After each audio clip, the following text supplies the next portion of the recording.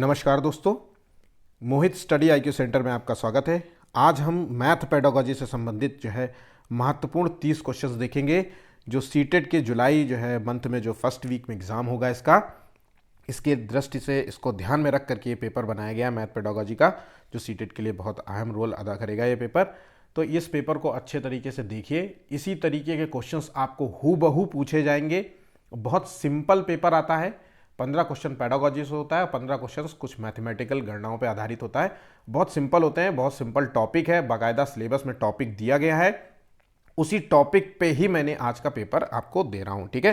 तो एक एक क्वेश्चन इंपॉर्टेंट है, वो बहुत मतलब मैं बार बार ये कह रहा हूं कि यही क्वेश्चंस बहुत रिपीट होते हैं, है ना। तो इन टॉपिक्स को देख लीजिए और इन क्वेश्चंस को सॉल्व कर लीजिए। मोस्टली रिपीटेड क्वेश्चन होते हैं, मतलब इसी टाइप से आते हैं। तो एक बार अगर चीज़ों को समझ गए तो आप अच्छे से आसानी से जो है ये क्वेश्चंस को सॉल्व कर पाएंगे। तो आइए क्वेश्चंस देखते हैं क्या क्या क्वेश्चंस हैं।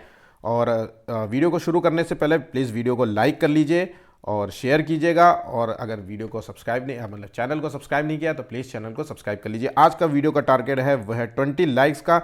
लाइक्स मोटिवेशन के लिए, मैं आपसे सिर्फ केवल मोटिवेट होने के लिए लाइक करता हूँ, ताकि जो है मैं भी मोटिवेट हूँ। आपके लिए ढूंढ ढूंढ के मैं क्वेश्चंस लेके आता हूँ, चीज़ों को जो है कॉन्सेप्ट बेस्ड जो है कोशिश करता हूँ कि आपको सीधे सीधे जो है टॉपिक वाइज आपका तो एक तो सिलेबस कवर हो जाए।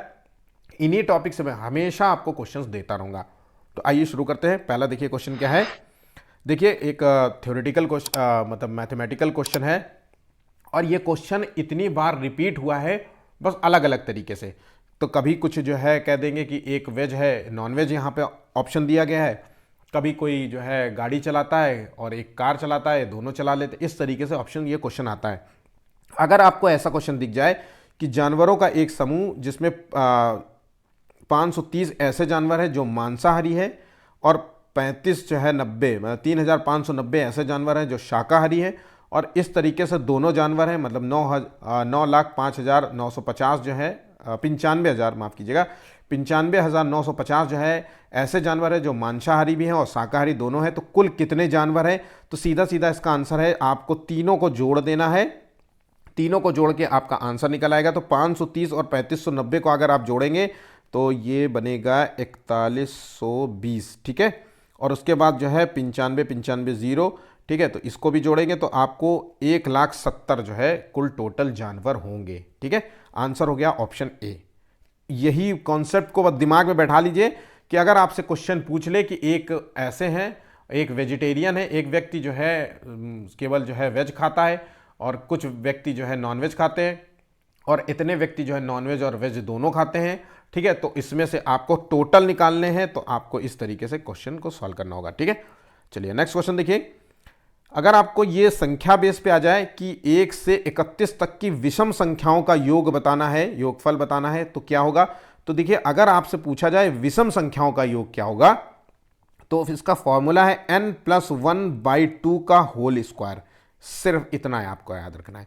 और 1 से 31 तक मतलब total n is equal to total number of संख्या। तो यहां पे 31 + 1/2 बटे होल स्क्वायर, तो मतलब 32/2, और यहां पे 32/2, तो ये कट जाएगा 16। अगर हम 16 का स्क्वायर करते हैं तो 256 इसका आंसर आ जाता है, ठीक है। आंसर हो गया सी। बिल्कुल सिंपल है, ये फॉर्मूला आप नोट कर लीजिए। मैं फिर से कह रहा हूं, मैं आपको बिल्कुल टॉपिक टू टॉपिक वाइज चीजें करा रहा हूं। तो ऐसे टॉपिक्स में आपको 4-5-6 टाइप के कॉन्सेप्ट बता दूंगा, आपको कभी क्वेश्चन गलत नहीं होंगे, मैं गारंटी कह रहा हूं, ठीक है। नेक्स्ट क्वेश्चन देखिए। किसी संख्या में 51 से भाग देने पर शेष जो है 36 है आता है, तो उस संख्या में 17 से भाग देने पर शेष होगा। अब देखिए कितना सिंपल सा क्वेश्चन है। बोल रहा है किसी संख्या, मतलब मान लीजिए वो संख्या x है। अब x संख्या में 51 से भाग देने पर, हमने 51 से भाग दे दिया, x संख्या में 51 से भाग देने पर शेष बचता है 36। मतलब जो भी संख्या है हमने 51 से भाग दिया तो यहां पे 36 बचा। मतलब हम इसमें इस संख्या में 36 घटा दें, या फिर इस संख्या में 36 घटा दें, ठीक है, तो जो है आपको वो संख्या वो आ जाएगी। तो यहां पे अगर हम संख्या की बात करें तो देखिए 51,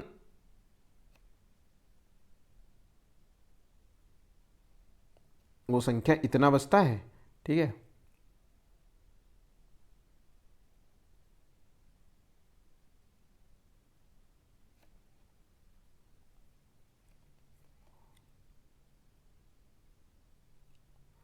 ये आया 87, ये टोटल संख्या है 87, ठीक है। अब 87 को अगर हम 17 से भाग दें तो क्या बचेगा, तो यहाँ पे 17 सॉरी उसी संख्या में 17 से भाग दिया जाए, ठीक है, 87 भागे 17, तो यहाँ पे हो गया 17 पंचे 85, तो यहाँ पे 2 आंसर बचा, आंसर है 2, ठीक है, ऑप्शन ए होगा। चलिए अगला क्वेश्चन, 12, 45 और 75 का मासा क्या होगा, ठीक है, महत्तम समापवर्तक क्या होगा। तो देखिए 12, 75 और 45 का समापवर्तक क्या होगा, चौथे का आंसर देखिए क्या है, तो ये आपको निकालना होगा। तो अगर हम इसकी बात करें तो इसको 6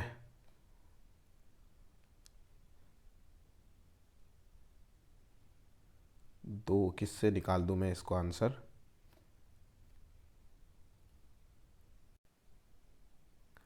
तो इसको सॉल्व करेंगे। देखिए 12 का जो है मासा निकलेगा तो 4 तिहाई 12, ठीक है, एक सेकेंड, ठीक, ये 12 का है। अगर हम 4 को अगर हम काट दें, 4 को 2 इंटू 2 लिख सकते, ठीक है। 45 का, यहाँ पे 45 है तो 5 9 45 है ना, 5 इंटू 9 मतलब 3 इंटू 3 कर सकते हैं, ठीक है।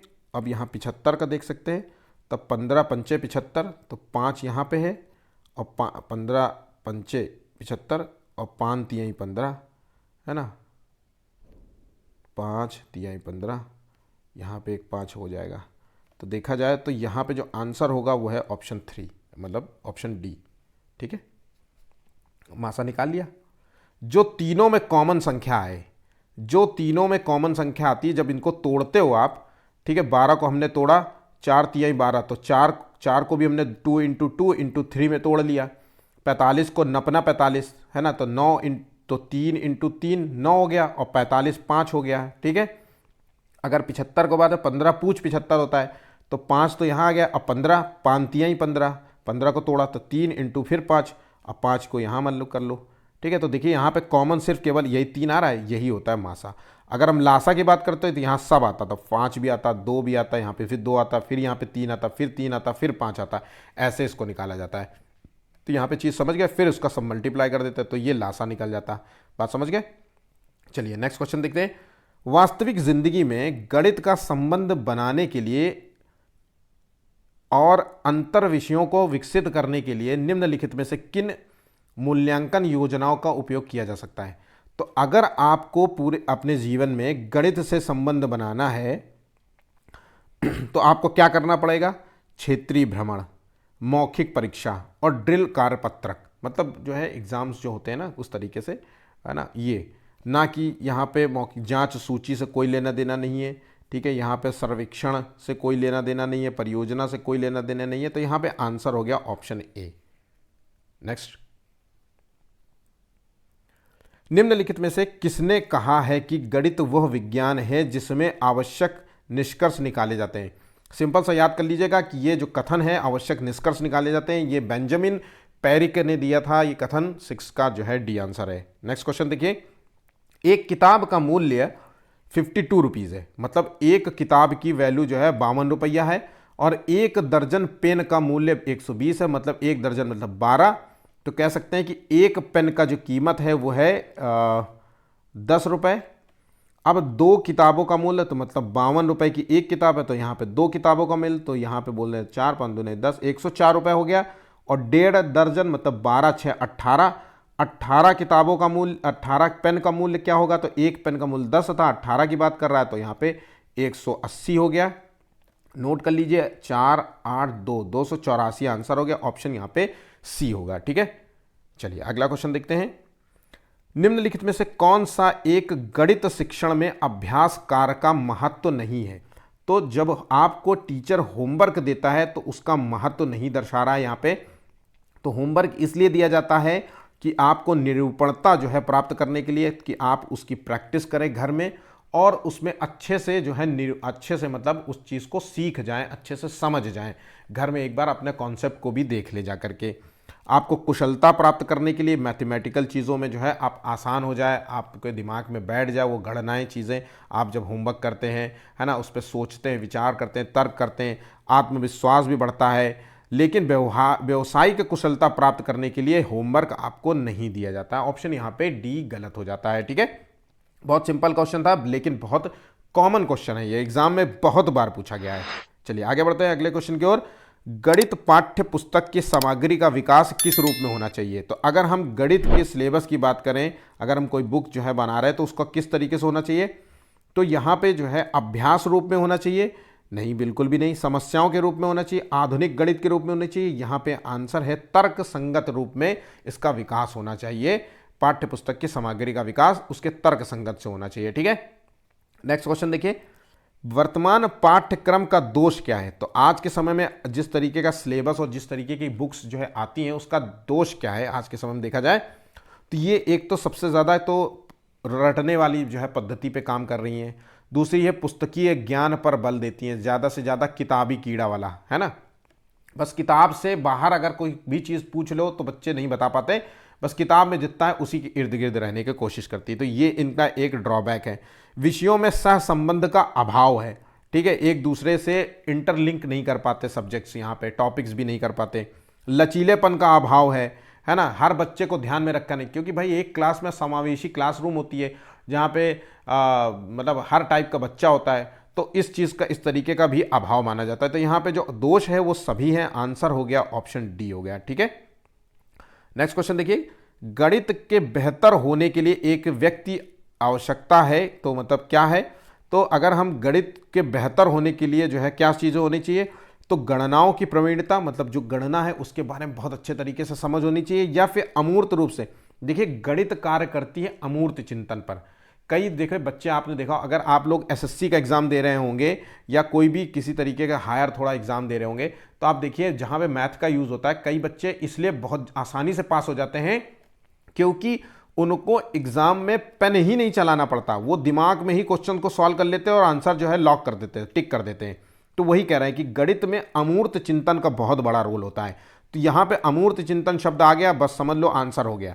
तर्क संगत विवेचन, सोचना और उसमें तर्क कर पाना, उसके द्वारा समस्याओं को हल करना और उसमें सूत्रबद्ध करने की जो है क्षमता विकसित होनी चाहिए। आंसर हो गया ऑप्शन बी, रटना, हल करना, याद करना, ये सब जो है बिल्कुल गलत हो गया। ठीक है, नेक्स्ट क्वेश्चन देखिए, बहुत बहुत इंपॉर्टेंट है, मासा है। अगर आपको इस तरीके से जो है अगर एलसीएम और एचसीएफ दिया जाए एग्जाम में, 1/2, 3/4, 5/6 और 7/8 का मासा क्या होगा, मतलब एचसीएफ क्या होगा?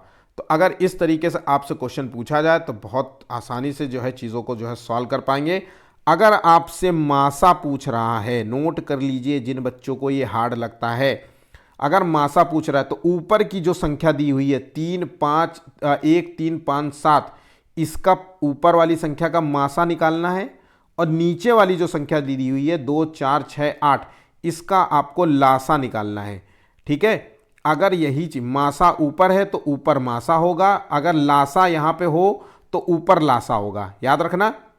तो इस संख्या का अगर हम मासा निकालें तो 1 3 5 और 7, ठीक है, इसका हम निकालेंगे मासा, और 2 4 6 और 8 कॉमा कॉमा कर लीजिए, इसका निकालेंगे लासा। ठीक है, तो अगर हम ऊपर का मासा निकालना है तो देखिए कुछ भी कॉमन नहीं हो रहा है यहाँ पे, 1 3 5 7 में कुछ भी कॉमन है। मल्टीप्लिकेशन करेंगे 3 × 1 5 × 1 और 7 × 1, तो यहाँ पे हो गया मासा 1। अब यहाँ पे अगर हम लासा का देखें तो 2 और 4 को 2 × 2 में जो है तोड़ देंगे, और 6 को 3 × 2 में तोड़ देंगे, और 8 को 2 दूनी 4 दूनी 8। तो यहाँ पे जो कॉमन निकल रहा है तीनों चारों में वह है 2, और 2 कॉमन हो रहा है। तो यहाँ पे आंसर सॉरी लासा है ना, तो यहाँ पे देखिए 2 और यहाँ पे × 2 है ना, यहाँ पे 2 तो 2, यहाँ पे आंसर हो गया 1/24। ठीक है, यहाँ पे 1/24 ही होगा। क्योंकि 2 का हो गया 2 हो गया, और 4 का हो गया 2 इंटू 4 हो गया, 6 का हो गया 3 इंटू 3 दूनी 6 हो गया, और 8 का हो गया 2 गुणे 2 तो देखा जाए तो 3 दुनिया 6, 6 दूनी 12, दूनी 24, आंसर हो गया। ठीक, चलिए आगे बढ़ते हैं। बहुत अच्छा क्वेश्चन है, बहुत बच्चे इस क्वेश्चन को तक गलत कर देते हैं। बेसिक समझ आपको होनी चाहिए कि 10,000 प्लस 10 इकाई 10 दहाई बराबर क्या होगा। तो 10,000 को हम 10,000 लिख लेंगे, 10 इकाई को हम 10 इकाई लिख लेंगे, ठीक है, और 10 दहाई को 10 दहाई लिख लेंगे, जोड़ देंगे सीधा 1 1 0 1, यहां पे आंसर हो गया ऑप्शन ए। ठीक, बहुत इंपॉर्टेंट क्वेश्चन है, मैं फिर से कहूंगा ये क्वेश्चन बहुत आता है, इसलिए इसको ये क्वेश्चन बस इसी तरीके से किया जाएगा। नेक्स्ट, कोठारी आयोग के अनुसार मूल्यांकन किस प्रकार की प्रक्रिया है। तो मूल्यांकन के माध्यम से बच्चे के जो है विकास प्रक्रिया को मापा जाता है कि बच्चा कितना विकास कर रहा है, कितना विकास नहीं कर पा रहा है, किन चीज़ों की कमियां हैं बच्चे में और किस चीज़ में सुधार किया जा सकता है। तो जो मूल्यांकन होता है वो सतत मूल्यांकन होता है, ध्यान रखिएगा, सतत होना चाहिए या फिर व्यापक होना चाहिए, व्यापक। ठीक है, आंसर हो गया ऑप्शन बी। बहुत सामान्य सा क्वेश्चन था। सतत और व्यापक, व्यापक शब्द का जो है अपने दिमाग में बैठा लीजिए। जब भी मूल्यांकन में आएगा सतत मूल्यांकन, व्यापक मूल्यांकन, उपचारात्मक मूल्यांकन, निदानात्मक मूल्यांकन, है ना, इन शब्दों को अपने दिमाग में बैठाए रखिएगा। ये शब्द आपको एक साथ जो है ऑप्शन में नहीं मिलेंगे, इनमें से कोई ना कोई एक जो है मूल्यांकन के स्तर पे जो है आपको ऑप्शन में दिया जाएगा। चलिए आगे बढ़ते हैं। गणित की शिक्षा का मूल जो है उद्देश्य क्या है या ध्येय क्या है यहाँ पे। तो गणित क्यों जो है शिक्षा के रूप में दी जाती है, इसलिए दी जाती है कि बच्चों में जो है ज्यामितीय के जो है प्रमाणों को, थ्योरम्स को स्वतंत्र रूप से सृजन करना आना चाहिए, वो मतलब नया क्रिएट करना आना चाहिए। तो छोटे बच्चों के लिए ये क्रिएशन बहुत मुश्किल है, ये हो ही नहीं सकता, है ना। ये तो पोस्ट ग्रेजुएट और जो है पीएचडी वाले जो है ये नई नई थ्योरम देते हैं, तो ये तो बिल्कुल भी नहीं हो सकता, इसलिए शिक्षा देना तो नहीं है। विद्यार्थियों को गणित समझने में सहायता करना, ये भी नहीं है। उपयोगी क्षमताओं को विकसित करना, ये भी नहीं है, बल्कि इसका है बच्चों की गणितीय प्रतिभाओं का विकास करना। बच्चों में शिक्षा का जो है गणित के प्रति जो है उनके अंदर जो है जो डर होता है उसको समाप्त करना। उसके बाद हर जगह गणित है, मैथमेटिकल गणनाएं हर जगह होती है, तर्क करना पड़ता है, बच्चे में अमूर्त सोच जो है डेवलप होती है। देखिए इसका सबसे बेस्ट आंसर होता है गणित शिक्षा का मूर्त उद्देश्य जो होता है वो अमूर्त चिंतन करना जो है। ध्यान रखिएगा ये ऑप्शन बहुत, तो चिंतन जो है इसमें बढ़ावा मिलता है, तो आंसर हो गया यहाँ पे डी। ठीक है, गणित की बच्चों की गणितीय प्रतिभाओं का विकास करना इसका मूल उद्देश्य होता है।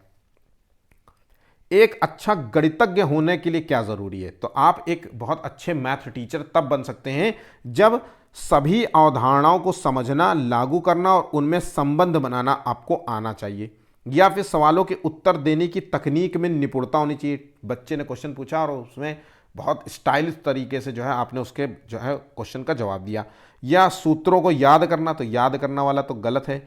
बहुत जल्दी से सवालों को हल करना आना चाहिए, जैसा बच्चे ने क्वेश्चन पूछा वैसे फटाक से आंसर दे दिया उसको, है ना। तो ये नहीं, यहाँ पे एक अच्छा गणितज्ञ होने के लिए, एक अच्छा मैथ का टीचर होने के लिए ज़रूरी है कि आप उस कॉन्सेप्ट को बच्चों को अच्छे तरीके से समझा पा रहे हैं कि नहीं, बेसिक समझ आपको है कि नहीं, उन कॉन्सेप्ट्स को बच्चों के सामने पेश कर पा रहे हैं कि नहीं, उनको लागू कर पा रहे हैं कि नहीं, उनके बीच के जो सह संबंध है ना, कॉन्सेप्ट को बता पा रहे हैं कि नहीं। मूल अर्थ यही है। यहाँ पे आंसर हो गया ऑप्शन ए, 16वें का आंसर होगा ऑप्शन ए। ठीक है, चलिए अगला क्वेश्चन देखते हैं।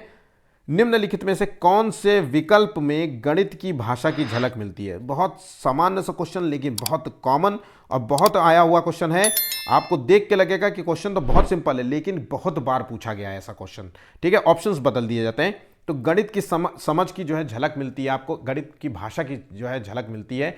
कहाँ पे गणित जो है की भाषा यूज़ की गई है। तो राम और सीता जा रहे थे, हापुड़ जा रहे थे, या फिर यात्रा के दौरान मीरा ने 10 किलोमीटर की दूरी पैदल तय की। तो आंसर हो गया ऑप्शन सी। बहुत सामान्य सा क्वेश्चन था। चलिए आगे बढ़ते हैं। गणितीय अध्यापन को प्रभावी बनाने के लिए निम्नलिखित में से कौन सी विशेषताएं नहीं है। तो प्रतिदिन के अनुभवों के साथ संबंध स्थापित करना, या फिर एक ही संकल्पना के लिए विभिन्न शिक्षण अधिगमों का प्रयोग करना, मतलब कई तरीके की जो है कॉन्सेप्ट को जो है बच्चों के साथ साझा करना या उनके कॉन्सेप्ट को बताना, या फिर नई संकल्पना का परिचय देने के लिए समय के नियम का कठोरता से पालन करना, कि अगर आप एक क्लास में कोई बच्चे को नई जो है कॉन्सेप्ट पढ़ा रहे हो तो ऐसे समय में समय का नियम बताया कि भैया इतनी देर में इसका कॉन्सेप्ट याद हो जाना चाहिए, समझ जाओ, अब नहीं बताऊंगा दोबारा। तो ये मैथमेटिकल गणनाओं में हो या टीचर को कठोरता से जो है चीज़ों को पेश नहीं करना चाहिए, है ना, क्योंकि हर बच्चे की अपनी एक समझ होती है, वो थोड़ा सा स्लो हो सकता है, कोई बहुत तेज हो सकता है, तो ये यहाँ पे विशेषता नहीं मानी जाएगी एक अच्छे टीचर की, है ना। छात्रों की गलतियों के प्रतिरूपों का केंद्रितकरण होना, है ना, ये तो यहाँ पे होगा। आंसर हो गया ऑप्शन सी। नेक्स्ट क्वेश्चन देखिए, तीन संख्याओं का औसत। अब देखिए तीन संख्याओं का औसत, पहली दो संख्याओं के औसत, तीन संख्याओं का औसत जो है 7 है और पहली दो संख्याओं का औसत जो है 4 है, ठीक है। तो तीसरी संख्या क्या है? तो पहली दो संख्या मतलब पहली दो संख्याओं का औसत जो है तो यहाँ पे पहली हो गया, और यहाँ पे मान लीजिए मैं आपको इसको किस तरीके से करा दूँ। तीन संख्याओं का औसत मतलब 7 तिरिका 21, तीन संख्याओं का औसत जो है 7 तिरिका 21 है, और पहली दो संख्याओं का औसत 4 दूनी 8 है। तो यहाँ पे अगर हम 21 में 8 घटा दें तो कितना बचेगा?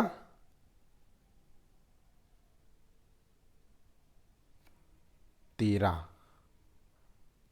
19 का आंसर जो होगा वो है 13, ठीक है। चलिए नेक्स्ट क्वेश्चन देखिए,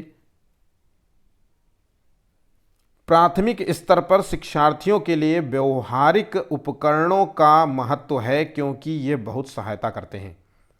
तो व्यवहारिक उपकरणों का महत्व किस चीज़ के लिए है, क्योंकि सहायता करते हैं। तो यहाँ पे 20वें का जो आंसर है वह है ऑप्शन यहाँ पे होगा सी, मूल गणितीय संकल्पनाओं को समझने में जो है सहायता करते हैं।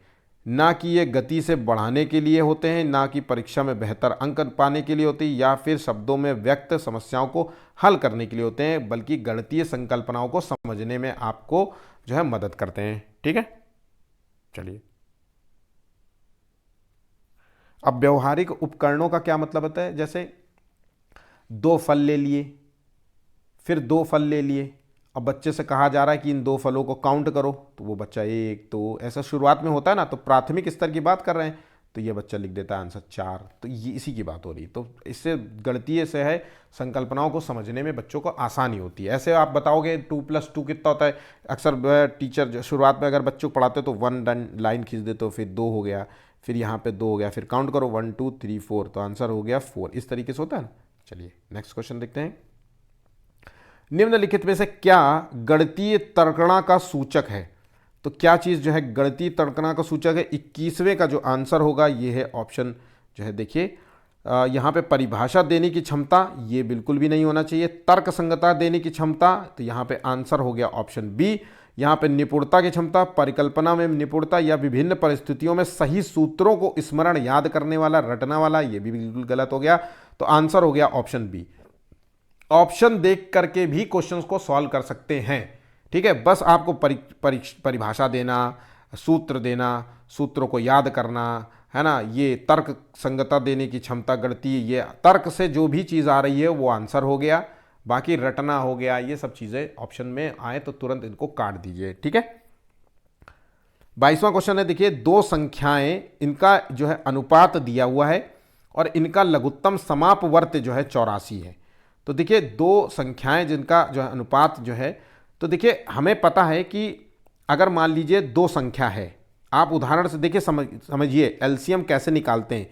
आपको दो संख्या दी गई है 3 और 4 के, मतलब 3x और 4x, ये दो संख्याएं हैं और इसका लघु समापवर्तक जो है वो है 84। मतलब इन दोनों का मल्टीप्लिकेशन ही तो 84 है।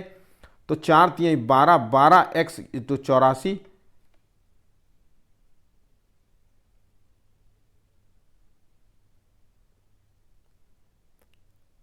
तो 12×7 = 84। तो यहाँ पे अगर इसको काट देंगे तो 7x की जो वैल्यू आएगी वो 7 होगी, ठीक है। अब यहाँ पे x की वैल्यू 7 आई है। अब आपसे पूछ रहा है कि बड़ी संख्या निकालनी है, तो 4x बड़ी संख्या थी, 7 चौक 28, आंसर हो गया ऑप्शन सी। छोटी संख्या बोलता तो जो है 7 7 तरीका 21 हो जाता। ठीक। प्राथमिक स्तर पर 10 ग्राम बिंदु के खेल, प्रतिरूप इत्यादि का प्रयोग विद्यार्थियों की सहायता करते हैं। तो ये जो खेल होता है 10 ग्राम वाला, ये बच्चों के स्थानिक मान को समझने में सहायता करते हैं। तो यहाँ पे आंसर हो गया ऑप्शन बी। ध्यान रखिएगा, ये 10 ग्राम बिंदु का जो खेल है ये स्थानिक समझ की योग्यता में वृद्धि करने के लिए यूज किया जाता है। इसको एक जगह बस लिख लीजिए। तो 10 ग्राम आएगा तो स्थानिक समझ वाला ऑप्शन भी आपको दिया जाएगा। ठीक है, चलिए नेक्स्ट क्वेश्चन देखिए। गणित जो है कक्षा 5 में गणित के पीरियड में एक वाद विवाद रखा गया है। शून्य सबसे अधिक प्रभावशाली संख्या है। क्यों है कि एक के आगे अगर 0 लगा दिया जाए तो उसकी वैल्यू बढ़ा देता है, और किसी के आगे अगर 0 लगा दिया जाए तो उसकी वैल्यू घटा भी सकता है। तो ये इसलिए प्रभावशाली संख्या मानी जाती है। तो ये क्रियाकलाप बच्चों को अगर हम करते हैं, ऐसा वाद विवाद करते हैं, तो ये कंसेप्ट जो है ये क्या मतलब एक क्लासरूम में फल लाएगा। तो यहाँ पे देखिए, ये जो क्रियाकलाप है बच्चों में प्रोत्साहित करता है उसके विश्लेषण और संप्रेषण को, ना कि वह संख्या को लिखने जिसमें शून्य हो, वह संख्याओं को हल करने जिनमें संख्या के अंत में शून्य हो, या मित्रों को सहयोग देने में। ऐसा कुछ भी नहीं। यहाँ पे विश्लेषण करने की क्षमता विकसित होती है। जैसा मैंने कहा कि शून्य सबसे अधिक प्रभावशाली संख्या है, तो बच्चा जो है इस पे विश्लेषण करेगा कि ऐसा आखिर क्यों कहा है। तो हम बताएंगे कि अरे 1 के आगे 0 लगाया, तब इस पे बच्चा तर्क करेगा, हाँ सर 1 के आगे 0 लगाया, अगर 1 के पहले 0 लगा दे तो उसकी वैल्यू भी गिरा देगा। तो तर्क करता है, संप्रेषण करता है, बातचीत होती है ना, कमी। तो तर्क करना यहाँ पे शामिल होता है। भाई पूरा गणित तर्क पर आधारित है, अमूर्त चिंतन पर आधारित है। ठीक है, नेक्स्ट क्वेश्चन देखिए। 25वां क्वेश्चन है, कक्षा 3 के विद्यार्थी पढ़ाने का उद्देश्य है के विद्यार्थी को जो है गणित पढ़ाने का उद्देश्य है संख्या पद्धति पढ़ाने का उद्देश्य है। देखिए क्वेश्चन थोड़ा सा आगे पीछे हो गया, समझ लीजिएगा। कक्षा 3 के विद्यार्थी को संख्या पद्धति पढ़ाने का उद्देश्य है। तो क्या उद्देश्य है? संख्याओं को सैकड़ा, दहाइयों और इकाइयों के समूह के रूप में देखना और स्थानीय मानों की सार्थकता को समझना, या फिर इनमें से 4 अंकों वाली संख्या के योग और व्याकलन के कौशल में प्रवीणता प्राप्त करना, या फिर बड़ी संख्याओं को पढ़ने के कौशल में प्रवीणता प्राप्त करना, या 6 अंकों का गणना करना। तो यहां पे जो आंसर है वो है ऑप्शन ए, 25वें का ऑप्शन है ए। ठीक है, वैन हेले के स्तर जिस विकास की अवस्थाओं को संकेत करते हैं वह है।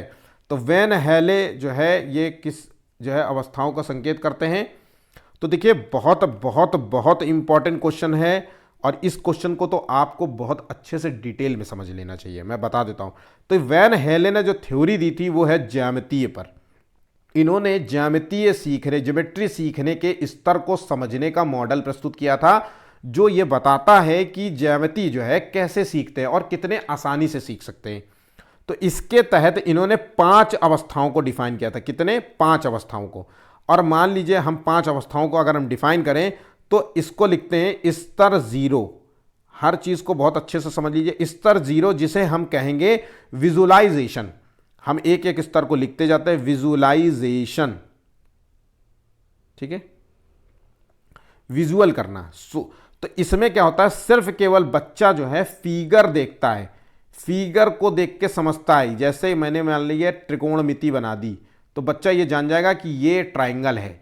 इसके गुणों को कुछ नहीं बता पाएगा कि इसमें 3 डंडियां हैं कि 3 कॉर्नर हैं तो क्या है, कुछ नहीं। मतलब बस उतना बता पाएगा कि ये ट्राइंगल है, ये सर्कल है, ये मतलब स्क्वायर है, ये रेक्टेंगल है, ये पेंटागन है। इस तरीके की चीज़ों से डिफाइन, मतलब इसमें केवल फिगर पहचानना शुरू कर देता है। पहला विजुअलाइजेशन। नंबर और नाम जरूर लिखिएगा।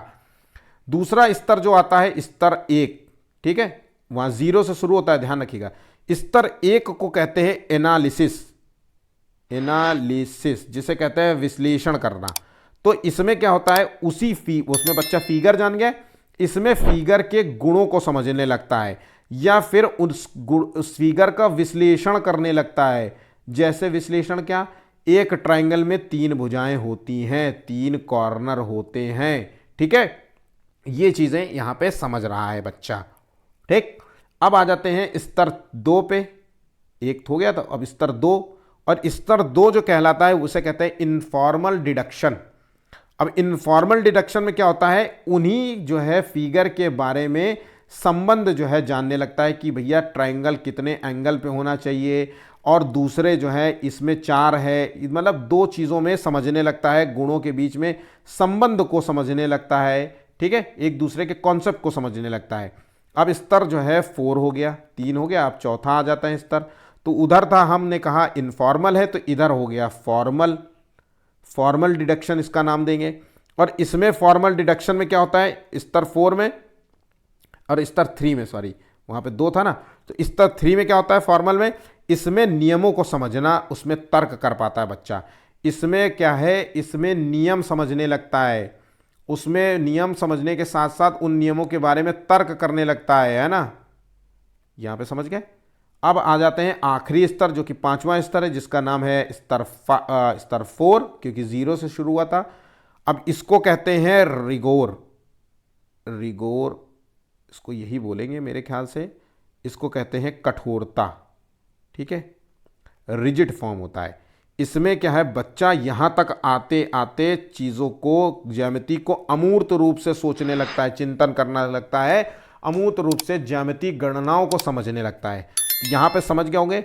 एक बात और ध्यान रखिएगा, वैन हेले ने जो बताया है कि एक स्तर से दूसरे, मतलब स्तर 0 से स्तर 4 तक जाने के लिए पहले स्तर की समझ होनी चाहिए। स्तर 4 वाले को वहां पे स्तर जाने के लिए स्तर 3 की बेहतर समझ बहुत ज़रूरी है, ठीक है। तो यहाँ पे आंसर वैन हेले में ज्यामिति है, ऑप्शन डी होगा। बस डिटेल में समझ लीजिएगा। वीडियो अच्छा लगे तो प्लीज़ वीडियो को लाइक ज़रूर कर लीजिएगा, मैं फिर से कहूँगा। नेक्स्ट क्वेश्चन देखिए, निम्नलिखित में से क्या गणित शिक्षण के एक प्रमुख समस्या है। तो गणित पढ़ाते वक्त क्या प्रमुख समस्या देखी जा रही है, तो यहाँ पे जो 27वें का आंसर है ये है प्राथमिक स्तर पर बच्चों के ज्ञान की नींव का कमज़ोर होना, अध्यापक का विषय के प्रति पर्याप्त ज्ञान का ना होना, बच्चों की शारीरिक और मानसिक स्वास्थ्य भी इस पर बहुत बड़ा रोल है, जेनेटिक भी हो सकता है, यहाँ पे ध्यान रखिएगा, अनुवांशिकीय रोल भी गणित में बहुत बड़ा होता है। तो यहाँ पे आंसर हो गया ऑप्शन डी, ठीक है। नेक्स्ट क्वेश्चन देखिए, निम्नलिखित में से गणित में उपलब्धि कम होने का कारण क्या हो सकता है। तो ये लिंग, लड़का और लड़की में भेद करना, इसलिए गणित, कोई लड़की गणित में कमज़ोर हो तो इसलिए कि वो लड़की है इसलिए ये होता है, तो बिल्कुल भी नहीं, ऐसा बिल्कुल भी नहीं है। ये एक जेंडर रूढ़िवादिता वाली बात है, जेंडर बायस्ड वाली हम बात कर रहे हैं, तो ऐसा नहीं है। सामाजिक और सांस्कृतिक पृष्ठभूमि का कम होना, तो ये भी इसका मूल कारण नहीं। गणित का स्वरूप क्या है ना, कि कठिन है कि सरल है, इसलिए बच्चा जो है उस चीज़ को नहीं समझ पा रहा, ये भी नहीं। व्यक्ति का स्वाभाविक जो है क्षमता, अब उसकी क्षमता कैसी है, सामान्य बालक है कि विशेष बालक है, कि जो है वो IQ जो है उसकी बिल्कुल ही कम है, लो, तो इस तरीके का। तो आंसर हो गया ऑप्शन यहाँ पे डी। बात समझ गए। नेक्स्ट क्वेश्चन देखिए, क्षेत्र मिति पढ़ाते समय शिक्षक जो है आगे बढ़ने से पहले बोर्ड पर सभी सूत्र लिख देता है। देखिए, टीचर पढ़ाने से पहले बोर्ड पर क्या करता है, सूत्र लिख देता है, मतलब सूत्र, नियम कह लीजिए या फिर प्रमेय कह लीजिए, कॉन्सेप्ट क्या है, इसको लिखने के बाद बच्चा, टीचर क्या है उसको उदाहरण देता है, मतलब ये सूत्र से मतलब नियम से उदाहरण की ओर जाता है ये कॉन्सेप्ट। तो ये कहते हैं निगमन उपागम, इसे कहते हैं। तो निगमन उपागम में क्या होता है कि बच्चे को पहले टीचर क्या होता है, पहले वो नियमों के बारे में जानकारी देता है, फिर उसके बाद उससे संबंध में उदाहरण पेश करता है। और अगर हम आगमन निगमन उपागम की बात करें, तो आगमन में पहले बच्चे को उदाहरण बताए जाते हैं और फिर जो है कॉन्सेप्ट बताए जाते हैं, नियम बताए जाते हैं, सूत्र बताए जाते हैं। और सबसे बेस्ट यही होती है, बेस्ट होती है ये, बच्चों के संदर्भ में सबसे अच्छी, बड़ों के संदर्भ में ये अच्छी होती है, ठीक है। यहां पे ध्यान रखिएगा चीजों को, बहुत इंपॉर्टेंट है। और ये कॉन्सेप्ट दिया था अरस्तू ने। आखिरी क्वेश्चन है, बहुत है, देखिए, चित्र को देख करके हमें यह बताना है कि x का जो है x डिग्री का मान क्या होगा। तो ये है यहां पे चित्र दिए गए, चित्र के आधार पर x डिग्री का मान ज्ञात करना है। तो हमें पता है कि ये जो है एंगल 180 डिग्री का है। अगर हम 180 डिग्री की हम बात करें तो ये तीनों को जो है 180, तो यहाँ पे x + 2x plus 3x is equal to 180 degree, 3 2 5 1 7, 7x 7, 3 2 5 1 6, 6 है, ठीक है, 6x तो 30 डिग्री। x का वैल्यू जो निकलेगी यहाँ पे 30 डिग्री निकलेगी, ठीक है। तो मतलब यहाँ पे अगर हम बात करें तो ये 90 30 डिग्री है ना, तो यहाँ पे 30 है तो ये 90 है, और ये 60 है और ये 30 है, ठीक है। तो 9 ये 90 हो गया, ठीक है। इस तरीके से आप समझ गए। चलिए, तो इस तरीके से हमारा आज का जो वीडियो जो होता है समाप्त। और वीडियो को लाइक कर लीजिएगा, शेयर कीजिएगा, चैनल को सब्सक्राइब कर लीजिएगा। लाइक टारगेट मत भूलिएगा, 20 लाइक्स केवल है, लाइक्स मोटिवेशन के लिए, ठीक है। चलिए, आज के लिए बस इतना ही है, धन्यवाद।